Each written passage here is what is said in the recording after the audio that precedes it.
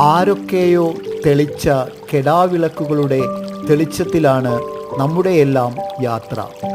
ഒരു തിരിയും സ്വയം കത്തുന്നില്ല. ആരോ ഒരാൾ തെളിച്ചതുകൊണ്ടാണ് ഓരോ തിരിയും തെളിഞ്ഞു കത്തുന്നത്. കാഴ്ചയുള്ളതുകൊണ്ട് മാത്രമല്ല നമ്മുടെ യാത്രകൾ സുഗമമാകുന്നത്, ചുറ്റും വെളിച്ചമുള്ളതുകൊണ്ട് കൂടിയാണ്.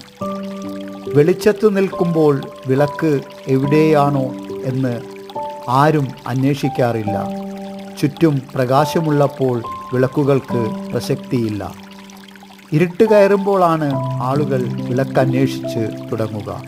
ഏത് ഇരുട്ടിലും പ്രകാശിക്കാൻ കഴിവുള്ളവരാണ് വഴിവിളക്കുകൾ ആയി മാറുന്നത്. ഏത് ഇരുട്ടിലും വെളിച്ചമായി മാറാൻ നമുക്കും സാധിക്കട്ടെ.